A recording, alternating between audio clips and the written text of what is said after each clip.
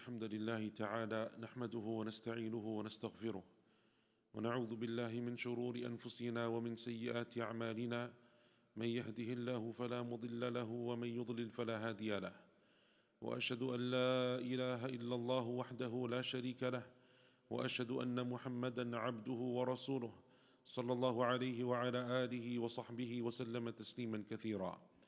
يا أيها الذين آمنوا اتقوا الله حق تقاته ولا تموتن إلا وأنتم مسلمون.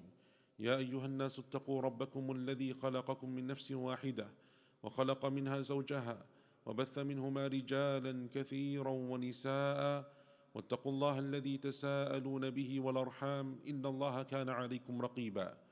يا أيها الذين آمنوا اتقوا الله وقولوا قولا سديدا يصلح لكم أعمالكم ويغفر لكم ذنوبكم ومن يطع الله ورسوله فقد فاز فوزا عظيما.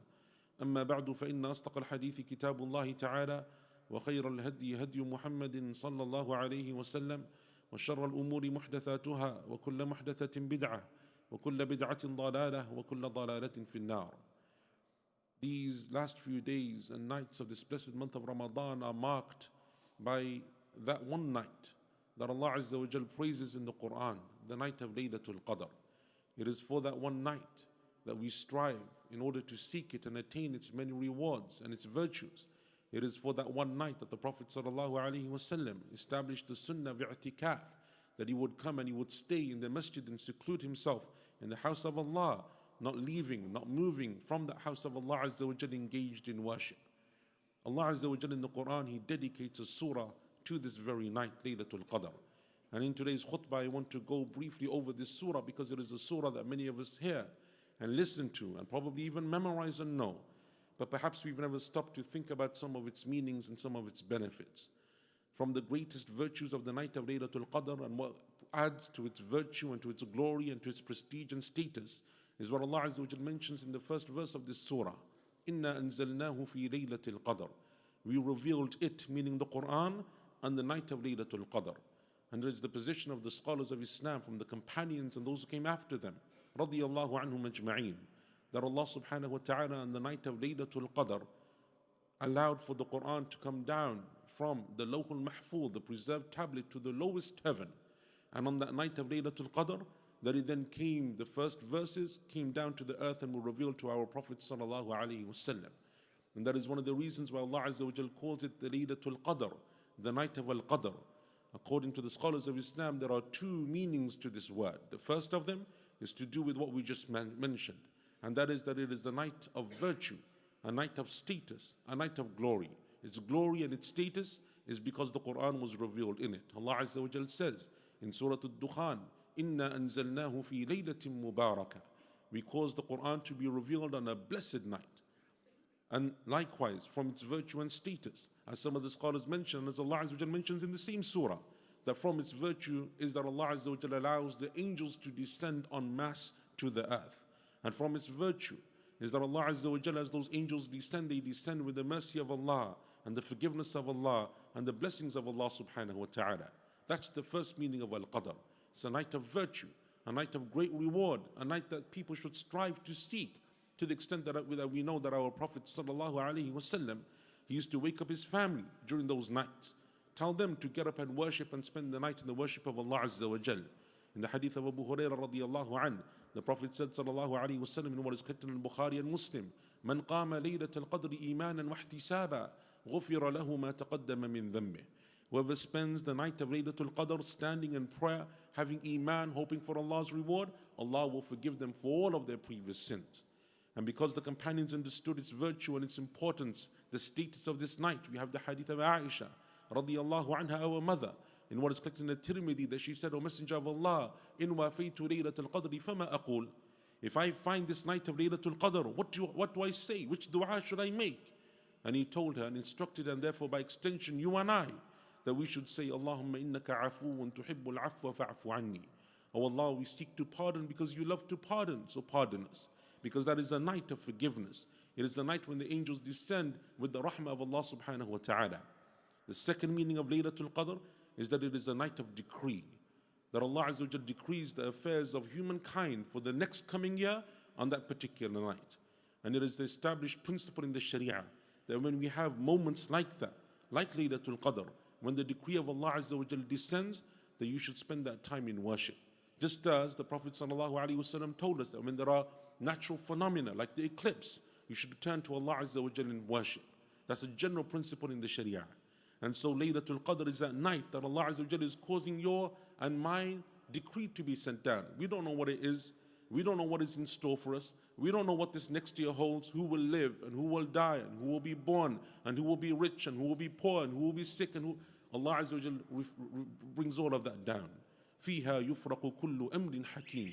In it, every single matter of wisdom is ordained. And so Allah Azza wa Jal told us that we should spend that night in worship. And because of His prestige and because of His virtue. وَمَا أَدْرَاكَ مَا لَيْلَةُ الْقَدْرِ. What would allow you to understand the virtue of that night? That you should spend the whole of that night in worship. And not only that, but from the hikmah of Allah Azza wa Jal and His wisdom, is that Allah subhanahu wa ta'ala concealed from us the very night that Laylatul Qadr is. To the extent that some of the scholars said that there are 40 positions amongst the scholars as to which night is exactly Laylatul Qadr. Why? Because Allah Azza wa Jal wants us to seek that night out. He wants us to seek the night, to strive, to find it. Because otherwise what would happen would be the norm, which is that most people would just turn up for that one night of the year. If they knew when it was, they wouldn't worship all of Ramadan. They wouldn't worship those last 10 nights of Ramadan. They wouldn't seek it out. They would just wait for the night that they knew it would be on. So Allah Azza wa Jal concealed that from us. But we know most likely that it is in the last 10 nights of Ramadan. And the odd nights are most likely. And from those odd nights, according to the majority of the scholars, the 27th is most likely. But Allah knows best. He kept that knowledge hidden. But all of that is to seek what? Laylatul Qadri khayrun min alfi shahr. A night that is better and greater in terms of its virtue and reward than 1,000 months of worship.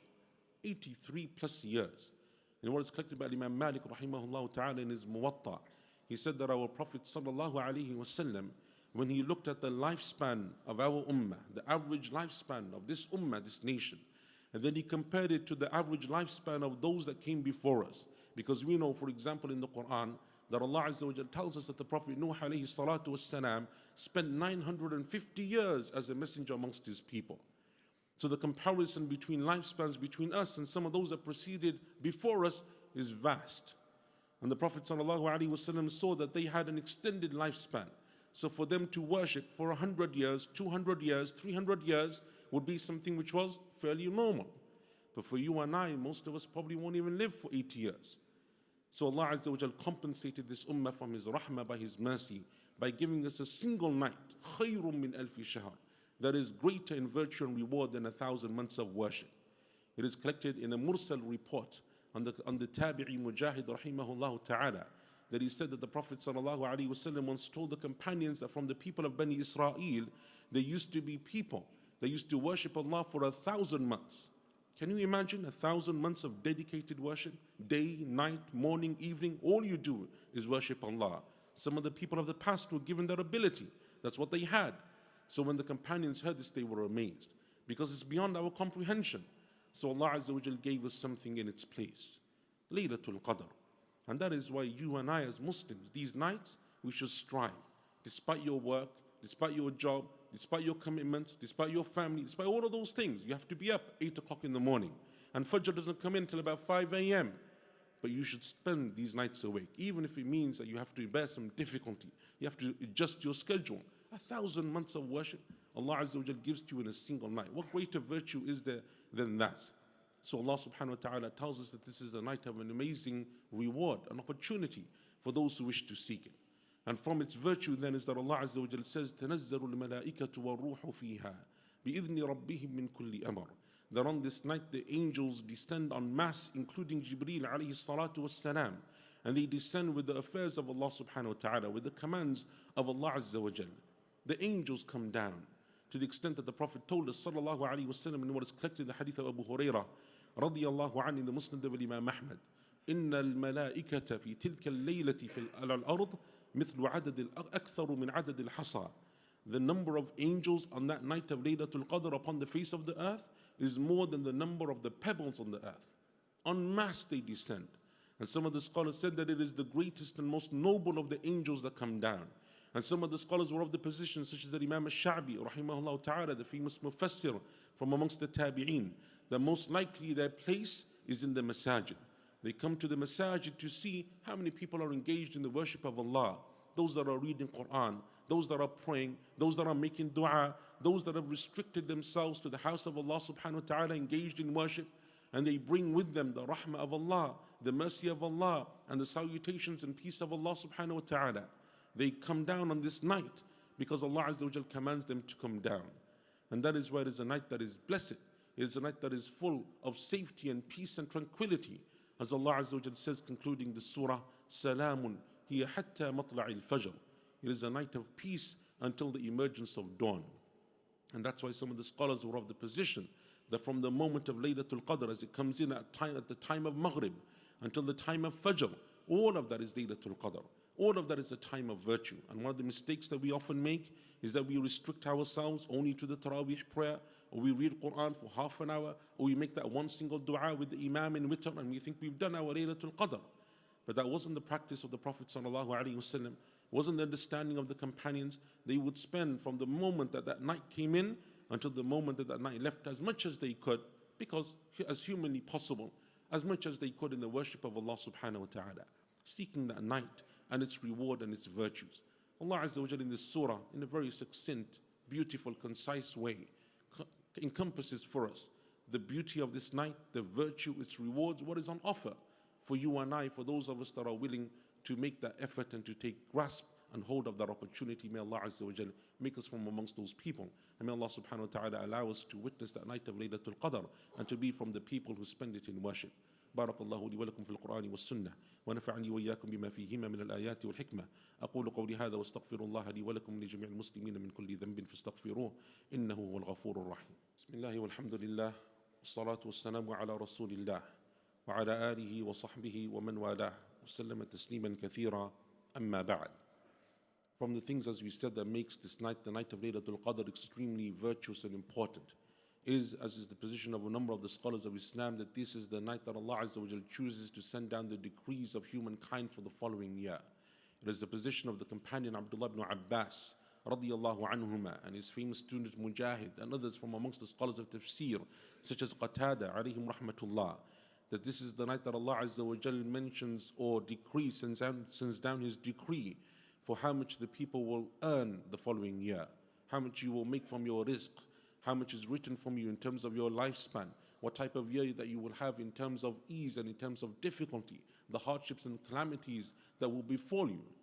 So the Sharia, the Sunnah of our Prophet sallallahu alaihi wasallam, because it's not an obligation, it's not something that is wajib, but it is highly recommended that you spend that night in as much worship as you can. And from the greatest acts of worship that you can do is to worship Allah subhanahu wa ta'ala by making dua, asking Allah Azza wa Jal for ease, asking Allah subhanahu wa ta'ala to fulfill your needs, asking Allah Azza wa Jal for his afu, his pardon, because Allah Azza wa Jal's pardon, as is mentioned in that hadith of Aisha radiyallahu anha, that dua, Allahumma innaka afuun tuhibbul afwa fa'fu anni, that word al-afwa and pardon not only refers to forgiveness, but pardon also means that Allah Azza wa Jal eases your affairs, that Allah subhanahu wa ta'ala grants you what is best, that Allah pardons you and makes easy for you what may transpire over the next year. Because sometimes Allah Azza wa Jal can save you from hardship and difficulty, but sometimes the pardon of Allah Azza wa Jal comes through the difficulty. It comes as a result of the trial that you have, but the way that you traverse and handle that trial. It's a trial that brings you closer to Allah. It increases you in worship. It strengthens you in iman. So that trial comes to you, but because you turn to Allah Azza wa Jal, Allah makes it a means of expiating your sins and purifying you and increasing you in your reward. So you ask Allah Azza wa Jal for help, whatever He has decreed, because Allah's decree will always come to pass. Nothing can repel the decree of Allah subhanahu wa ta'ala, but only Allah Azza wa Jal gives us the ability to handle that decree in a way that is pleasing to Him subhanahu wa ta'ala. It is for that reason that the scholars of Islam, since the time of the Prophet sallallahu alaihi wasallam and the people of ibadah and righteousness, from that time until today, these last 10 nights are nights of seriousness. And that is why the companions described the Prophet ﷺ as being someone who would spend the whole night awake in these last 10. And he would tighten his belt.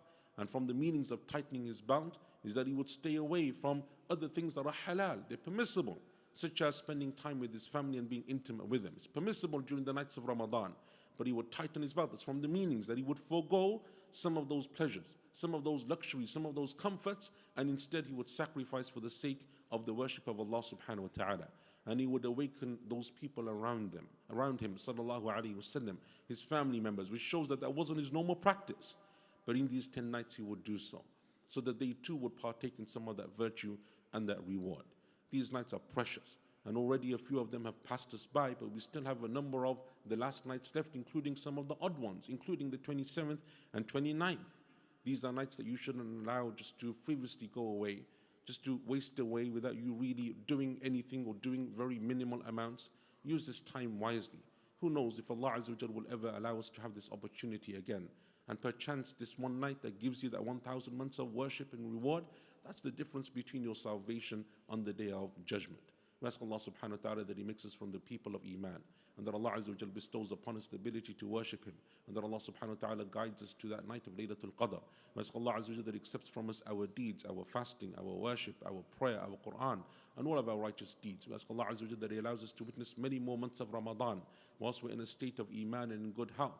We ask Allah Azza wa Jal that He descends His mercy and forgiveness upon us and upon the ummah of the Prophet sallallahu alaihi wasallam, that He eases our affairs and the affairs of our brothers and sisters across the world, and that Allah Azza wa Jal makes this month a month of ease and blessing and reward for all of us. Subhana rabbika rabbil izzati amma yasifun wa salamun ala al-mursaleen walhamdulillahi rabbil alamin.